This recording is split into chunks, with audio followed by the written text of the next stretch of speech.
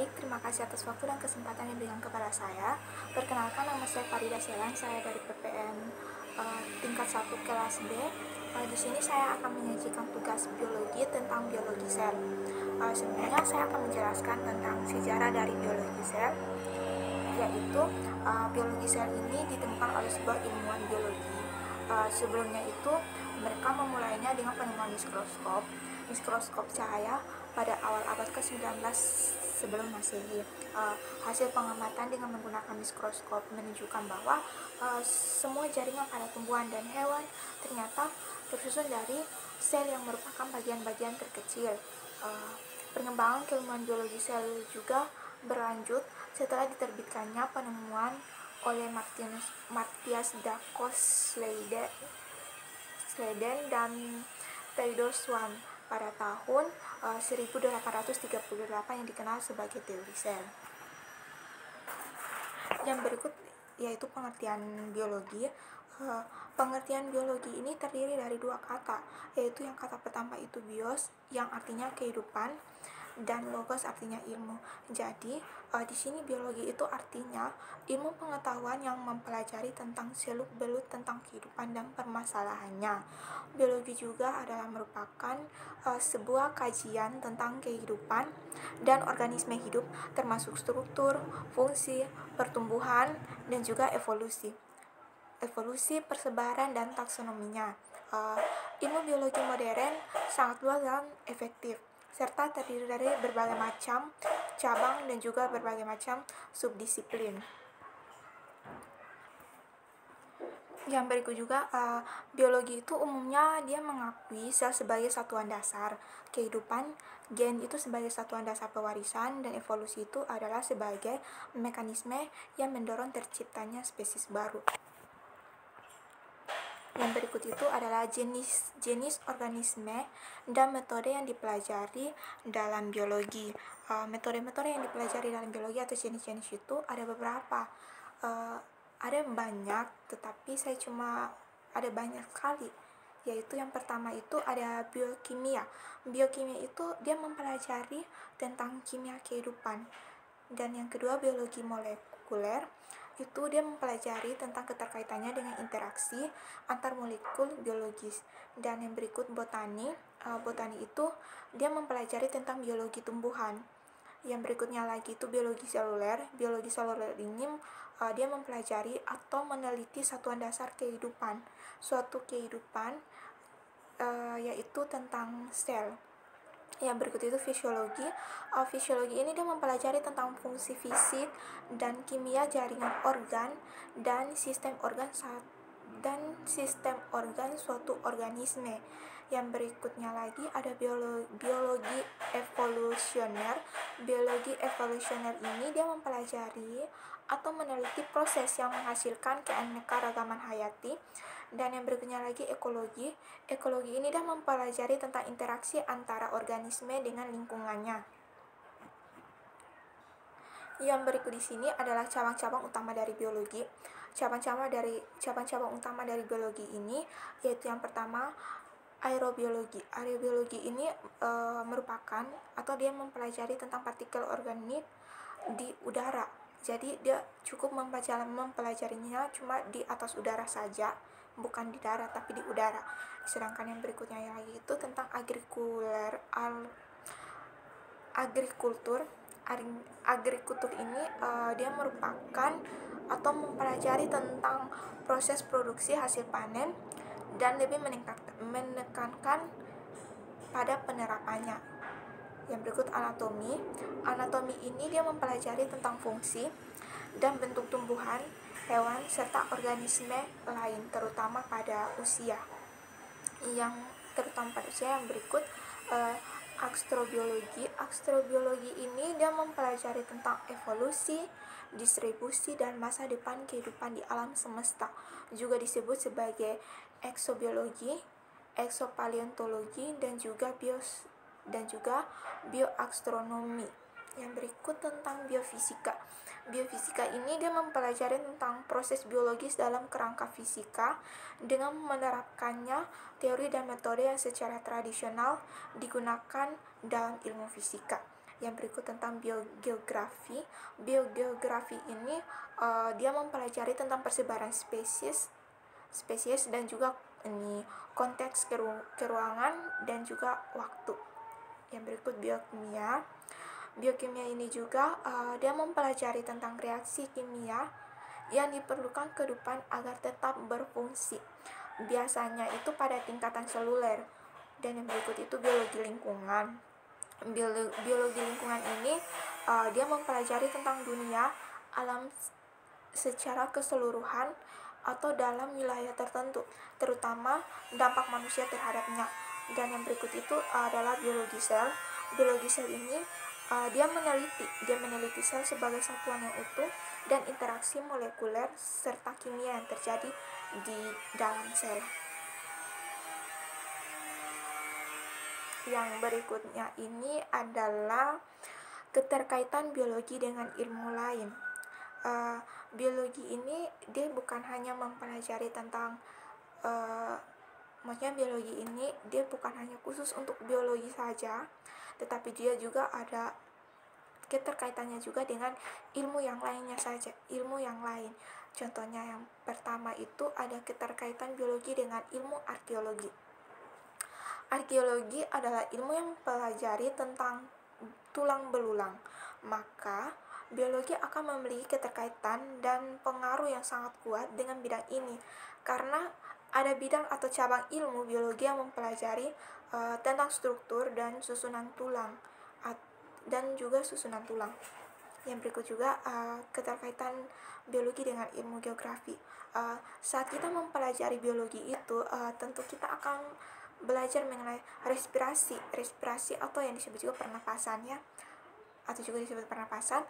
Maka saat kita belajar geografi ada keterkaitan saat mempelajari tentang tinggi rendah suatu daerah dan akan berlanjut dengan pengaruh tinggi rendah daerah tinggal ke cara seseorang bernapas atau respirasi.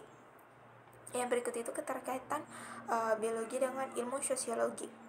Perkembangan ilmu biologi di bidang cloning telah memiliki keterkaitan dengan ilmu sosiologi. Mengapa demikian? Karena saat tubuh seseorang manusia diklon, maka akan tercipta orang yang DNA dan selnya sama atau identik. Namun dia memiliki sikap yang sangat berbeda walaupun selnya itu sama atau disebut identik. Biasanya disebut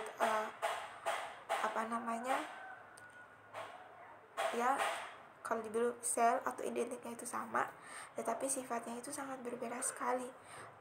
Mungkin saya berikan salah satu contohnya itu seperti anak kembar.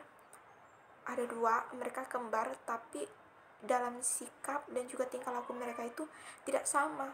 Mereka mempunyai sifat dan tingkah laku yang sangat berbeda satu sama dengan yang lain. Jadi kita tahu sifat-sifat manusia dipelajari dalam pelajaran sosiologi. Yang berikut keterkaitan biologi dengan ilmu fisika. Fisika dan biologi ini merupakan dua dari sekian banyak ilmu pengetahuan alam yang ada. Penyatuan dua cabang ilmu ini dia menghasilkan cabang ilmu biofisika dan fisika medis. Fisika merupakan ilmu yang mempelajari atau memahami tentang interaksi alam dan penyebab interaksi tersebut. Biologi juga mempelajari tentang benda hidup serta sifat-sifat dari benda hidup. Yang berikutnya lagi keterkaitan biologi dengan ilmu kimia.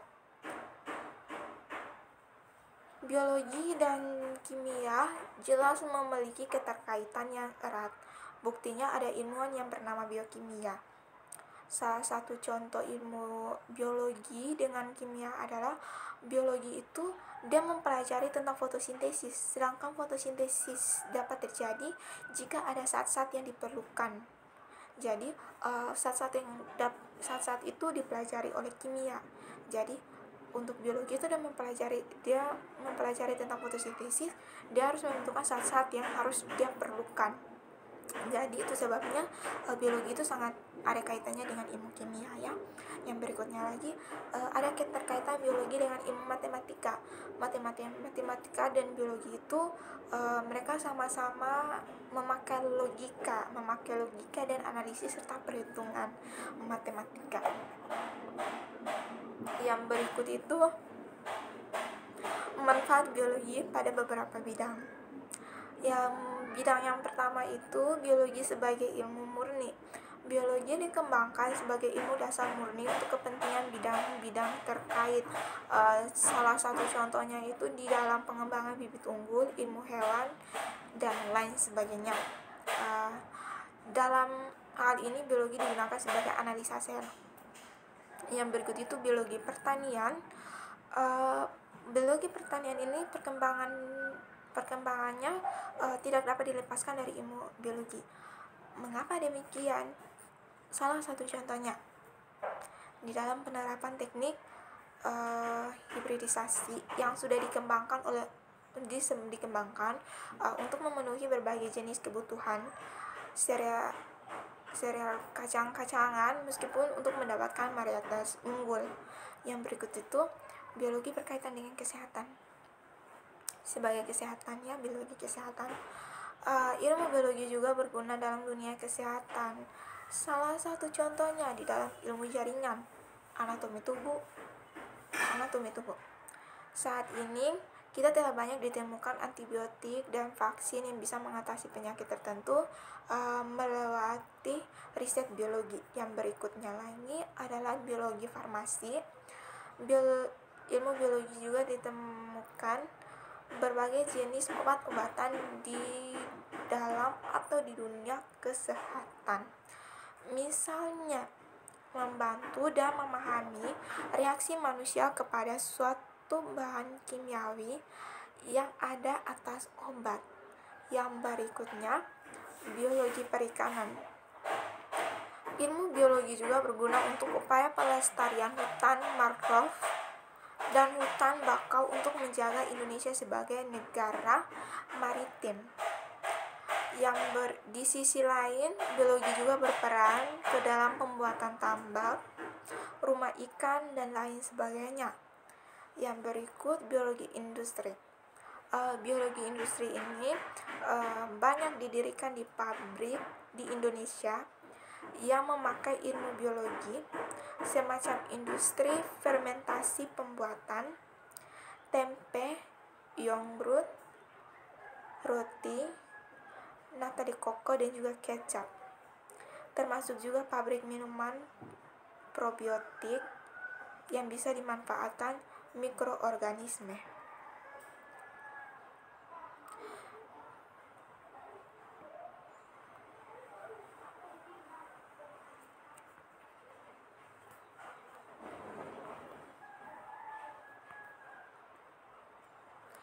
Yang berikutnya lagi adalah tentang sejarah sel. Sebelumnya itu kita membahas tentang biologi ya. Sekarang kita membahas tentang sel. Sel pada sejarah tentang sel ya. Yang pertama saya akan menjelaskan tentang sejarah selnya. Sejarah sel ini pada awalnya digambarkan pada tahun 1665 oleh ilmuwan dari negara Inggris Robert Hooke yang telah meneliti iritan tipis gabus melalui mikroskop yang dirancangnya sendiri. Ilmuwan ini dia merancang sendiri mikroskopnya untuk meneliti irisan tipis gabus. Sebelumnya biologi juga yang menggunakan mikroskop ya. Kata sel ini dia berasal dari kata Latin cellulae yang berarti kamar-kamar kecil. Jadi dia berukuran kecil sekali seperti kamar-kamar. Yang berikut pengertian sel. Sel ini merupakan unit dasar struktural dan fungsional bagi semua organisme hidup. Sel merupakan unit terkecil penyusun tubuh makhluk hidup yang mampu melakukan proses kehidupan seperti reproduksi, respirasi, transportasi, ekskresi, dan juga koordinasi. Sel ini juga disebut sebagai unit terkecil karena sudah tidak bisa dibagi-bagi lagi. Jadi, dia akan tetap seperti itu. dan perkembangbiakannya itu dilakukan melalui pembelahan sel. Pembelahan sel ini dilakukan baik oleh organisme bersel banyak mengalami pembelahan secara mitosis. Sel ini dia juga mengandung materi genetik. Materi genetik yaitu materi penentuan sifat-sifat makhluk hidup. Setiap organisme tersusun dari salah satu di antara dua jenis sel yang secara struktural berbeda, yaitu sel prokariotik dan juga sel ekariotik. Sel prokariotik contohnya pada bakteri dan archaea, sedangkan sel ekariotik contohnya tumbuhan, hewan, jamur, dan protista. Yang berikut teori sel. Teori sel ini semua benda hidup tersusun atas sel minimal satu sel. Dibagi yaitu bagian pertama, sel itu sebagai unit fungsional terkecil benda hidup yang tersusun atas 3 bagian, yaitu yang pertama membran sel, sitoplasma dan ribosom, dan juga material DNA. Sel sebagai membran sel itu adalah pembatas isi sel dengan lingkungan luar. Sel sebagai kantong bahan kimia. Yang berikut itu sitoplasma dan ribosom. Itu artinya apapun yang ada di antara membran sel dan inti sel atau nukleot. Yang ketiga itu materi DNA. Materi DNA ini dalam inti sel atau struktur nukleot. Sel prokariotik sel tanpa komplementasi internal, sel eukariot atau sampai pelipatan sistem membran internal. Mereka membentuk kompartemen internal menjadi organel. Yang berikut itu semua sel berasal dari sebelumnya. Semua sel berasal dari sel sebelumnya. Yang berikut lagi kita bisa lihat dari slide yang saya tayangkan ini. Yang pertama itu makhluk hidup. Makhluk hidup ini ada terbagi menjadi dua bagian, yaitu yang pertama prokariotik dan juga ekariotik. Prokariotik ini yaitu inti sel tidak jelas batas-batasnya, bahan inti berbatasan dengan sitoplasma. Dan yang berikut itu ekariotik. Ekariotik ini inti yang sangat jelas ya, inti sel jelas dan juga dibatasi dengan membran inti. Bahan inti ada di dalam inti sel. Contohnya itu ada bakteri, ganggang biru, dan juga PPLO.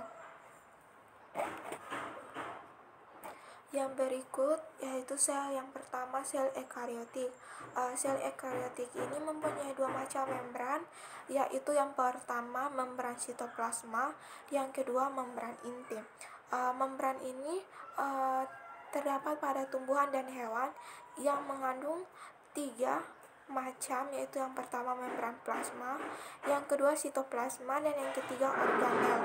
Organel ini dibagi lagi menjadi beberapa bagian, yaitu yang pertama RE, yang kedua bahan Golgi, yang ketiga lisosom, yang keempat mitokondria, dan yang kelima nukleus.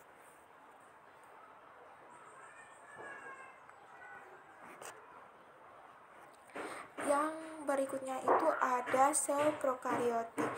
Struktur sel prokariotik ini semua selnya itu dia mempunyai membran plasma.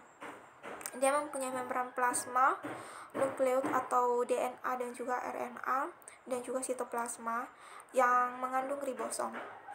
Prokariotik tidak memiliki membran inti ya, karena tidak mempunyai membran inti. Maka bahan inti yang ada di dalam sel itu dia mengadakan kontak langsung dengan protoplasma. Ciri lain dari membran prokariotik ini adalah tidak memiliki sistem endomembran atau membran dalam seperti retikulum endoplasma dan juga kompleks Golgi. Selain itu, sel prokariotik juga tidak memiliki mitokondria dan juga kloroplas, namun mempunyai struktur yang berfungsi sama, yaitu mesosom dan juga kromatofor. Mungkin saja ini materi yang saya menyajikannya. mungkin ada sedikit kata-kata yang mungkin kurang atau kurang tepat di sini, mohon teman-temannya bisa melengkapinya, dan juga mohon maaf sebelumnya. Terima kasih buat teman-teman yang sudah mau menonton dan juga saling membantu di sini. Sekian hasil dari saya ucapkan terima kasih banyak. Terima kasih.